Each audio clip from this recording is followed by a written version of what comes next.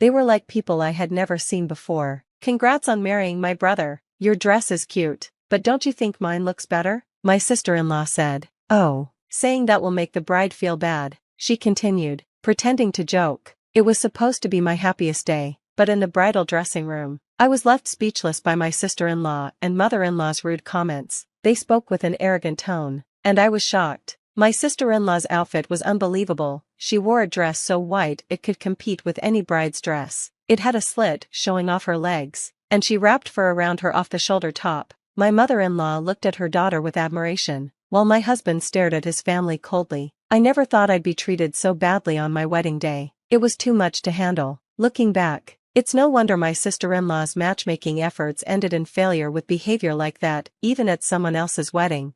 My name is Anaya. I was born in a coastal town and grew up in a regular family. When I went to a state university, I stayed with my maternal grandmother, who lived nearby. Living with grandma, who had always pampered me, was a dream come true. Her well-kept house had a mix of Western and traditional styles, and it had a warm, nostalgic atmosphere. I loved sitting on the balcony, overlooking the small garden, chatting with grandma while eating seasonal fruits. Even after I got a job, I stayed there. When grandma got sick, I took care of the house, hoping she'd come back, but that wish never came true. When she could no longer live on her own, she moved to a care home in my hometown. "I want to take care of grandma," I said, but she smiled and told me, "You've done enough, Anaya. I want you to find happiness." After grandma passed away, I married Jesse, who had always been there for me. Now we live in the house filled with grandma's memories. But what should have been a peaceful newlywed life is constantly interrupted by those two women. "How did someone as plain-looking and skinny as you marry my brother?" my sister-in-law once asked me. One day, my mother-in-law asked me to make lunch for my sister-in-law while she went to a neighborhood meeting. Instead of being thankful, my sister-in-law greeted me with sarcasm. I wanted to leave, but I knew they would just come to my house if I did. "Ask your brother," my sister-in-law said, satisfied with her own conclusion. "Well, maybe you two are a good match since he's not that great either." She then gulped down the curry I made. She probably thinks that eating small bites in front of men makes her more attractive. My sister-in-law may seem mean, but what's truly scary is that she doesn't even realize how rude she is. She looks down on everyone, including me and her own brother, without a second thought. It's exhausting. My mother-in-law, who raised her, is no better. Instead of disliking me, my mother-in-law focuses on making her daughter look good by criticizing me and ordering me around. That's why she calls me for these kinds of tasks. If I ignored my sister-in-law, my mother-in-law would either call me nonstop or ring my doorbell endlessly. It was like living in a nightmare. My mother-in-law always said her daughter was the most important person in her life and never really cared about her son. My husband insists he was never mistreated, but he also says he was never given much attention. His father went on a work trip 10 years ago and never came back. Even after retiring, he still sends money for living expenses, so it seems neither my mother-in-law nor sister-in-law care about him. My husband tries to talk to them about their behavior, but they never listen. To them, he's just someone else to look down on. Watching my husband suffer hurt more than my own struggles, and I often gave in to my mother-in-law's demands, which was a mistake. As a result, both of them became more unbearable, and the stress began to affect our marriage. We knew we couldn't continue like this. Determined, my husband and I decided to come up with a plan. Just as we were about to put it into action, my mother-in-law and sister-in-law showed up unexpectedly at our house on a hot summer day. My husband was at work, so I reluctantly greeted them. "Hello, sister-in-law, what brings you here?" I asked. "Just because we're your cute sister-in-law and mother-in-law doesn't mean we need a reason to visit. You should fix that stingy attitude. It's hot outside. Let us in." "You're so inconsiderate," she replied. I really didn't want to let them into grandma's house, but to avoid a scene, I had no choice. I served them coffee and some cookies I had baked the day before. "No cake?" they asked. "I'm sorry, you came unexpectedly," I explained. "Well, it's okay. Your cooking is decent, even if a bit plain," they said. I was surprised to hear them compliment me, but it felt more unsettling than pleasant.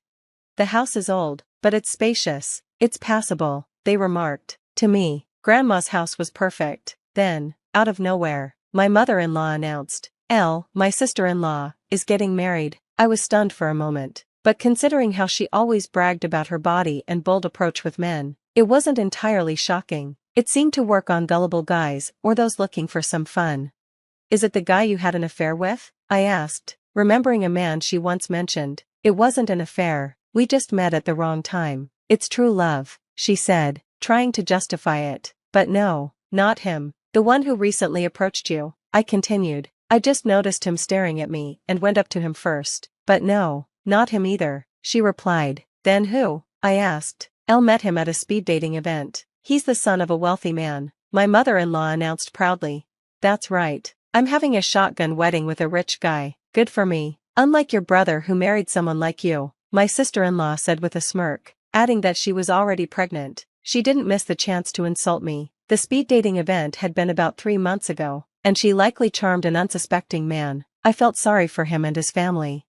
Did you break up with the other guys? I asked. Not yet. They all love me so much. I can't bear to tell them, she said smugly, but it's inevitable. I'm just too lovable, she boasted. What really drove her, though, was money. I had a feeling this was the case, but I still wondered if the child was even from that wealthy man.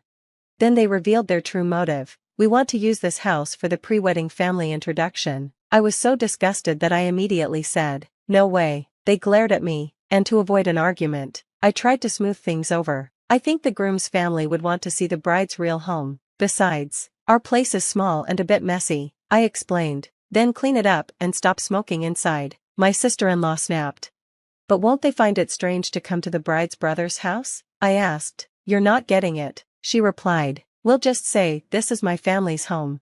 What if they find out the truth? I pushed. As long as you and your husband stay quiet, it'll be fine. Once we're married, he's mine, and I'm pregnant, so it's not that simple, she said. Why don't you just make this house belong to mom and dad? She suggested. Her outrageous idea left me speechless. Oh, what a great idea. This house is old, but we'll take it, she added. This is my grandma's house. It's not just my decision, I said, shocked. Don't you know? Once you're married, everything belongs to the husband's family, my sister-in-law retorted. I've never heard of such a rule, I replied, confused. Well, learn it now. What's yours is ours, she said confidently. So next Sunday, we'll bring the fiancé and his family. Oh, and make a fancy meal. We'll tell them Elle made it, and change the curtains to match Elle's style, she added. They left after dumping all their demands on me, leaving me seething with anger and a pile of dirty dishes. That night, my husband, feeling guilty, said, I'm sorry, we won't let them use the house. Of course not, but even if we refuse, they'll just show up anyway. Maybe we should move up our plan, I suggested. I could handle them bullying me, but I couldn't stand them disrespecting grandma's house. We'll get back at them for everything, so brace yourself, my husband said, determined.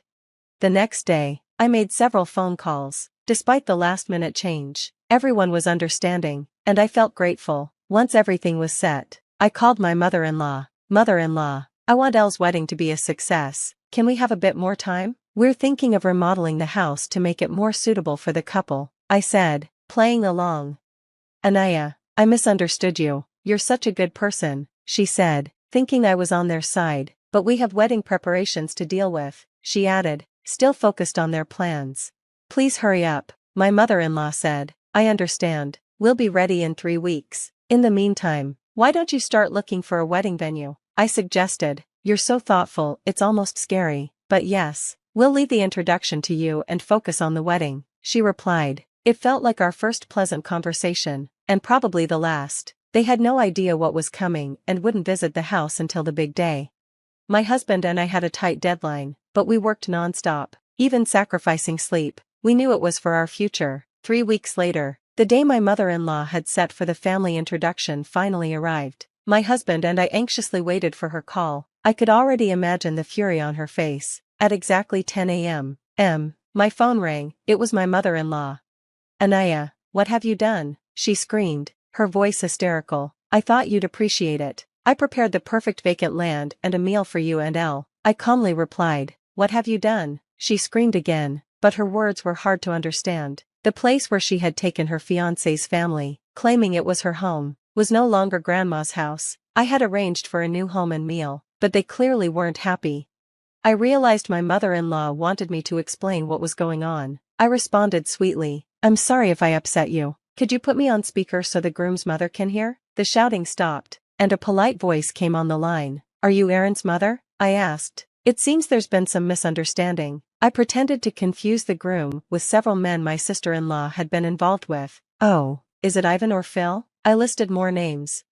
Anaya, stop it. My mother-in-law shrieked louder than ever before. Then the call abruptly ended. I could imagine them in the middle of a huge argument. That felt good, I said with a smile. My husband, who had listened to the whole conversation, looked at me apologetically. I'm sorry for making you do that. I should have handled it, he said. No, remember I told you I wanted to get back at them for what they did to Grandma's house. I reminded him. Grandma always wanted me to be happy. I love that house, but you are more important to me. In truth, my mother, Grandma's heir, had already planned to demolish the house. It wasn't earthquake resistant, and maintaining such an old place was difficult. I had insisted on staying because I loved it, but after dealing with my in-laws, I changed my mind. I didn't want them to ruin Grandma's house, but I also didn't want to leave my husband. So, I decided to say goodbye to the house with fond memories. That's why I asked my husband to find a new job, and we prepared to move back to my hometown. We just sped up our plans. I had Grandma's house demolished and built a small dog house in the middle of the vacant lot, with a tag that read L. It was designed like a log cabin, and we even went slightly over budget for it. I filled a small dish with the most expensive dog food from the pet store. Everything was set.